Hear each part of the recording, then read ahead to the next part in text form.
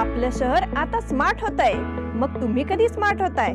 Smart न्यूजचे YouTube channel subscribe करा, smart बना। नोटिफिकेशनसाठी bell icon पर क्लिक करा। नमस्कार, मैं ओमकार अंगड़ी। स्मार्ट प्लस के आज के समाचार में आपका स्वागत। नजर सबसे पहले सुर्खियों पर। विकसित देशों के दबाव को दूर कर भारत ने विकासशील देशों की एकता बनाई। जो बाइडेन और नरेंद्र मोदी की अनोखी मुलाकात दुनिया ने देखी। विवेक योजना के तहत स्कूल क्लासरूम का निर्माण शुरू। नगर निगम द्वारा कला मंदिर परिसर में दुकानों पर कब्जा। देवरवाड़ी में एक दिवसीय कीर्तन महोत्सव संपन्न। नंदिनी दूध की कीमतों में बढ़ोतरी का फैसला। खानापुर में हुए भीषण हादसे में 2 लोगों की मौत। शहर में चिकन वेस्ट ट्रीटमेंट प्लांट का प्रारंभ होगा।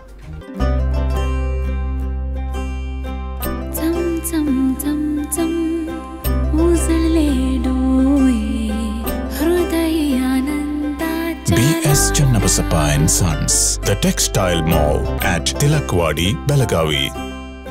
लक्षदीप हे उजळले घरी, दारी शोभली कडा रांगोळी, गुलवाती अंगणात सोन सकाळी। आली दिवाळी, आली दिवाळी, आली दिवाळी, आली दिवाळी, आली दिवाळी।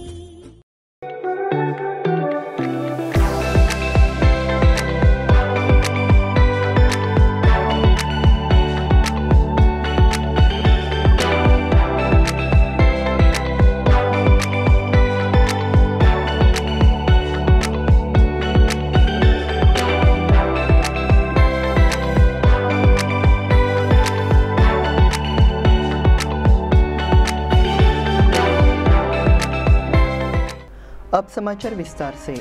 भारत ने विकसित देशों द्वारा कार्बन उत्सर्जन को कम करने के कार्यक्रम पर अपनी स्थिति प्रस्तुत करने के लिए विकासशील देशों को मजबूर करने के प्रयासों को विफल कर दिया।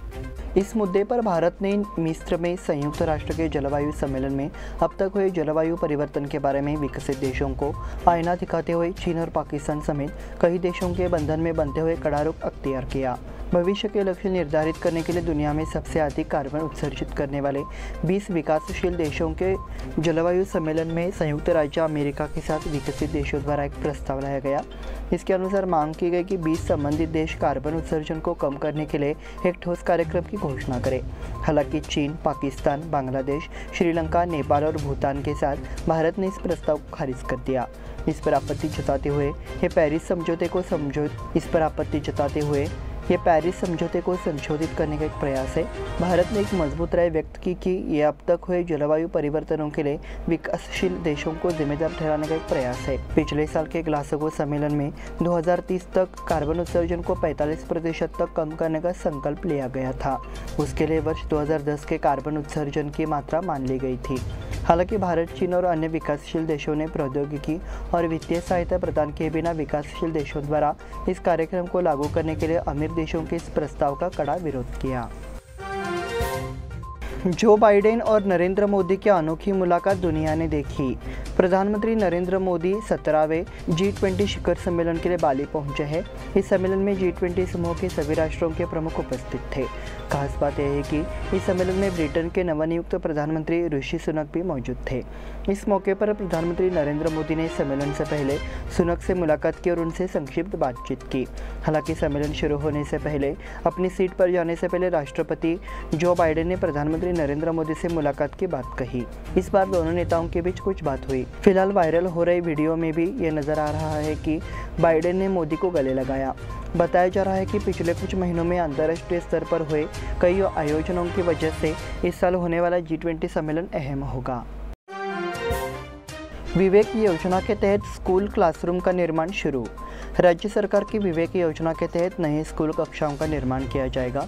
जिला संरक्षक मंत्री गोविंद कारजोल के अनुसार इस परियोजना के तहत राज्य भर में 7601 नए क्लासरूम बनाने का निर्णय लिया गया है।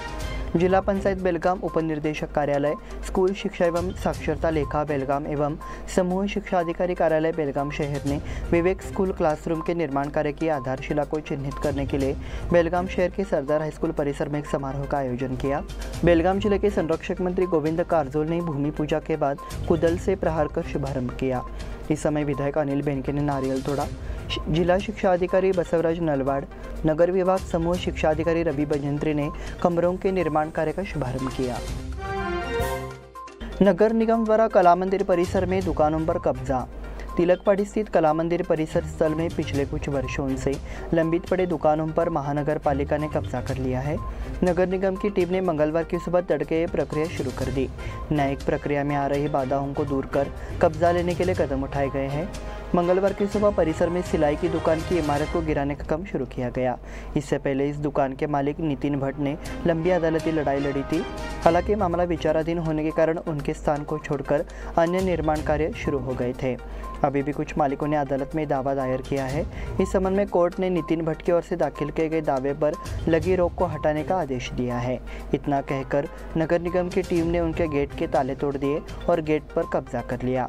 उक्त कार्रवाई के समय नगर निगम के अधिकारियों के साथ एक पुलिस बल भी रखा गया है। देवरवाड़ी में एक दिवसीय कीर्तन महोत्सव संपन्न। अगर कोई संत के आचरण और संत के विचारों को ध्यान में रखकर चलता है तो वो जीवन में हमेशा सफल हो सकता है, ऐसे विचार युवा नेता आर्यम चौगुले ने व्यक्त किया। देवरवाड़ी में एक दिवसीय कीर्तन उत्सव का आयोजन किया गया। ये चौगुले ने झंडा फहराया। नारायण भोगत द्वारा विठ्ठल रखमाई पूजन किया गया। श्री संत तुकाराम महाराज, पुंडलिक महाराज देहूकर के 11वें वंशज भाऊसाहेब पाटील, पूर्णानंद काजवे, अमोल घुगे, संतोष सहस्त्रबुद्धे, दिगंबर नरवाड़े ने एक दिन कीर्तन महोत्सव में भाग लिया। नंदिनी दूध की कीमतों में बढ़ोतरी का फैसला। कर्नाटक मिल्क फेडरेशन ने पशु आहार की कीमतों में भारी वृद्धि और वित्तीय नुकसान के कारण दूध और अन्य दुग्ध उत्पादों की कीमत में 3 रुपये प्रति लीटर की वृद्धि करने का फैसला किया है। लेकिन बताया गया है कि मुख्यमंत्री के निर्देश के बाद 20 तारीख को बैठक के बाद अंतिम आदेश जारी किया जाएगा। KMF ने सोमवार देर रात नए आदेश जारी किए। नई दरें सोमवार के आधी रात से लागू होनी थी, लेकिन मुख्यमंत्री के निर्देश पर आदेश को निलंबित कर दिया गया। पिछले कई दिनों से दुग्ध उत्पादक संघों के दूध और अन्य उत्पादों के रेट बढ़ाने की मांग की थी। खानापुर में हुए भीषण हादसे में 2 लोगों की मौत। रुमेवाड़ी क्रॉस खानापुर में मंगलवार सुबह टिप्पर की टक्कर से 2 की मौत हो गई। बेलगाम गोवा मार्ग पर एक दुपहिया वाहन में भारी टिप्पर की टक्कर से 2 लोगों की मौके पर ही मौत हो गई और एक गंभीर रूप से घायल हो गया। मारे गए लोगों में खानापुर तालुका के रहने वाले हैं। हिंडाल की गांव के प्रदीप मारुति कोलकार और उनके एक रिश्तेदार की बेटी की मौत हो गई। एक अन्य बाइक सवार गंभीर रूप से घायल है। उन्हें इलाज के लिए बेलगाम में भर्ती कराया गया है। शहर में चिकन वेस्ट ट्रीटमेंट प्लांट का प्रारंभ होगा। बेलगाम शहर में चिकन वेस्ट यानी चिकन दुकानों आदि में मुर्गियों के बचे कूड़ा निस्तारण का प्रोजेक्ट शुरू हो रहा है। चिकन कचरे के संग्रह और परिवहन के लिए 4 वाहन तैनात किए गए हैं। उन्होंने चिकन सेलर्स एसोसिएशन के माध्यम से हुबली धारवाड़ शहर की तर्ज पर एक परियोजना स्थापित करने का निर्णय लिया। वही जिस कंपनी से प्रोजेक्ट है, जिस कंपनी को लागू किया जा रहा है, बेलगांव परियोजना शुरू करने का अनुरोध किया गया है। तदनुसार संगत कंपनी ने अपना काम शुरू कर दिया है और चिकन वेस्ट के कलेक्शन और ट्रांसपोर्टेशन के लिए कल सोमवार को 4 वाहन बेलगाम पहुंचे हैं। इनमें से 2 वाहन उत्तर और 2 दक्षिण विभाग में कार्यरत रहेंगे। चिकन विक्रेता संघ के माध्यम से चिकन कचरे को एकत्र कर परियोजना को भेजा जाएगा। चिकन वेस्ट को प्रोसेस करने वाली यह बेलगाम जिले की पहली परियोजना होगी। इस बुलेटिन में वक्त हो गया छोटे से ब्रेक का। देखते रहिए स्मार्ट प्लस।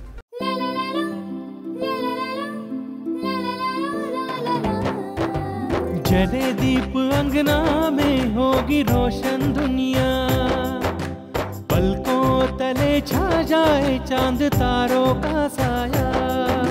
रंगोली में खिले रंग खुशियों की भी तरानी, तन मन झिलमिल जाए हर पल होंगी सुहानी। ये अटूट बंधन खिले हर आशियाना, रंग वस्त्रों का खजाना मन भाए आराधना। रंग वस्त्रों का खजाना मन भाए आराधना। आराधना मारुति गली बेलगाम। मन भाए आराधना। बेलगाम वासियों के पसंद में उतरा उड़ान बार एंड रेस्टोरेंट। सोशल डिस्टेंसिंग का ख्याल रखते हुए हमारा स्टाफ देता है बेहतरीन सर्विस का विश्वास। यहां है पार्टी और फंक्शन के लिए 3 आलीशान हॉल, कारपोरेट डिनर मीटिंग के लिए 3 अलग कक्ष, IPL मैच देखने के लिए 3 बड़े स्क्रीन की विशेष सुविधा। इसके साथ ही साफ सुथरा किचन जहां हमारा वेल क्वालिफाइड स्टाफ देता है क्वालिटी और हाइजीनिक फूड की गारंटी। तो फिर खाने की हो बात तो आना परिवार के साथ। उड़ान बार एंड रेस्टोरेंट, लिंगराज कॉलेज के पास, बेलगावी। फोन 0831243577। ब्रेक के बाद फिर से आपका स्वागत। बढ़ते हैं अगले समाचार की ओर। यहाँ राउंड टेबल इंडिया संस्था द्वारा गंगामा चिकुम्बी मठ बेलगाम के अनाथ बच्चों को सामग्री वितरित की गई। सबसे पहले ध्रुव पटेल ने परियोजना की शुरुआत की। इस अनाथालय में 60 से अधिक अनाथ है। अनाथालय में कुल 6 नवजात है। इन नवजात शिशुओं को पौष्टिक आहार उपलब्ध करा रहे हैं। ये एक बेहतरीन अपील थी। इस अवसर पर आर श्रीनिवास, जे अंकेश सहित अन्य सदस्य उपस्थित थे। मीरज विद्या मंदिर प्रयोगशाला के सेवानिवृत्त कर्मचारियों ने की बैठक। मीरज स्थित विद्या मंदिर प्रयोगशाला एवं जूनियर कॉलेज की ओर से हाल ही में सेवानिवृत्त शिक्षकों एवं गैर शिक्षक कर्मचारियों का मैत्री समारोह संपन्न हुआ। मीरज स्थित दत्तमंगल कार्यालय में कार्यक्रम आयोजित किया गया। कार्यक्रम का शुभारंभ उपस्थित लोगों का स्वागत एवं सम्मान कर किया गया। कार्यक्रम में विभिन्न स्थानों से बड़ी संख्या में सेवानिवृत्त शिक्षकों एवं कर्मचारियों ने भाग लिया। इस अवसर पर कर्मचारियों ने अपने सेवा दिवसों की पुरानी यादें ताज़ा की। अश्विनी मराठे, संभाजी भोसले, चंद्रकांत कुलकर्णी के कुशल नेतृत्व में पूरे कार्यक्रम का संचालन किया गया। भालचंद्र पीतांबर ने धन्यवाद प्रस्ताव रखा। एपीएमसी चुनावों के निलंबन के कारण प्रशासकों से कार्य। तालुका और जिला पंचायत चुनाव पिछले 2 साल से रुके हुए हैं और दिन ब दिन टलते जा रहे हैं। वहीं अब एपीएमसी चुनाव ठप हो गया है। 1 साल से चुनाव को लेकर कोई हलचल नहीं हुई। हालांकि एपीएमसी एक स्थानीय स्वशासी निकाय नहीं है। यह स्वतंत्र विभाग के किसानों और व्यापारियों का एक महत्वपूर्ण संगठन है। कृषि बाजार एपीएमसी की ओर से कई अहम फैसले लिए जाते हैं। किसानों और व्यापारियों के नियुक्त सदस्य आपस में समस्याओं को उठाकर समाधान करने का प्रयास करते हैं। उपकर और सरकारी अनुदान की सहायता से क्षेत्र में विकास कार्य कराए जाते हैं। लेकिन पिछले 1 साल से एपीएमसी प्रशासक के अधीन है, इसलिए यहाँ का प्रशासन अधिकारी वर्ग के हाथ में रह गया है। हिंडलगा जेल में मनाई गई कनकदास जयंती। हाल ही में यहाँ हिंडलगांव जेल में संत कनकदास और उनके उपबाबा की जयंती मनाई गई। इस कार्यक्रम के माध्यम से उनके महान कार्यों के बारे में विचार व्यक्त किए गए। कार्यक्रम की शुरुआत में प्रतिमाओं का पूजन किया गया। कार्यक्रम की अध्यक्षता जेल के उपाधीक्षक शहाबुद्दीन ने की। इस मौके पर उन्होंने दर्शकों को मार्गदर्शन किया। जेल अधिकारी राजेश धर्मत्ती, एस अभिषेक, एनबी भजंत्री, प्रकाश कामले आदि उपस्थित थे। कार्यक्रम का संचालन शशिकांत यादगुड़े ने किया। कर्मवीर भाऊराव पाटिल हाईस्कूल गोजगे में बाल दिवस समारोह। कर्मवीर भाऊराव पाटिल हाईस्कूल गोजगे में बाल दिवस मनाया गया। स्कूल के प्राचार्य एसवी जाधव द्वारा कार्यक्रम को संचालित किया गया, जबकि मुख्य अतिथि गुरुनाथ किरमिटे मौजूद थे। श्रीमती एस के खन्नूकर ने अतिथि का परिचय किया। उसके बाद स्कूल के छात्रों द्वारा भाषण दिए गए और फिर श्रीमती एनपी हुंद्रे ने जवाहरलाल नेहरू के कार्य की प्रशंसा की। तब गुरुनाथ किरमिटे ने छात्रों को पंडित जवाहरलाल नेहरू और उनके कठिन जीवन के बारे में मार्गदर्शन किया। स्टाफ छात्र मौजूद रहे। जेबी मुदगेकर ने संचालन किया, जबकि पीएम पाटिल ने धन्यवाद ज्ञापित किया। खानापुर मई समिति का दौरे की शुरुआत। खानापुर तालुका महाराष्ट्र एकीकरण समिति के दोनों विभाजक समूहों में एकता को देखते हुए तालुका में लोगों से चर्चा की जाएगी। केंद्रीय महाराष्ट्र एकीकरण समिति के मार्गदर्शक राजाभाऊ पाटिल, केंद्रीय कोषाध्यक्ष प्रकाश मरगाले और एक प्रतिनिधि मंडल की अध्यक्षता में 9 नवंबर को एक 8 सदस्यीय समिति को केंद्रीय महाराष्ट्र एकीकरण समिति के निरीक्षक के रूप में नियुक्त किया गया था। अन्य सदस्यों ने खानापुर के शिव स्मारक में कार्यकर्ताओं की एक बैठक की और एकता की घोषणा की। इस समिति को खानापुर तालुका के दौरे में गांव-गांव जाने और कार्यकारी सदस्यों का चयन करने की जिम्मेदारी दी गई। इसके एक और भाग के रूप में एक बैठक 8 सदस्यीय समिति सोमवार 14 नवंबर को शिव स्मारक में आयोजित की गई और इस बैठक में कल से पहली संपर्क यात्रा गर्लगुंजी से शुरू करने का निर्णय लिया गया। रिंग रोड विरोध के लिए मई समिति द्वारा जन जागरूकता। बेलगाम तालुका में 1272 एकड़ उपजाऊ भूमि से रिंग रोड बनाई गई है। कार्यकारी अध्यक्ष मनोहर किनेकर ने बताया कि अब किसानों को इसके खिलाफ एकजुट होकर लड़ने की ज़रूरत है और महाराष्ट्र एकीकरण समिति 2 दिनों में जन जागरूकता अभियान चलाएगी। रिंग रोड में कुल 846 सर्वे नंबर है, जिनमें से 823 सर्वे नंबर के मालिकों ने रिंग रोड के खिलाफ जिला प्रशासन के समक्ष आपत्ति दर्ज कराई है। प्रशासन को जगाने के लिए 28 नंबर को व्हीप मार्च निकाला गया है। इस मार्च की तैयारी के लिए महाराष्ट्र एकीकरण समिति मैदान में उतरेगी और 2 दिनों में जन जागरूकता कार्यक्रम करेगी। उससे पहले समिति ने सुझाव दिया है कि हर गांव में कार्यकर्ता आंदोलन की विस्तृत जानकारी किसानों को दे। इसी के साथ स्मार्ट प्लस के आज के समाचार समाप्त हुए। धन्यवाद।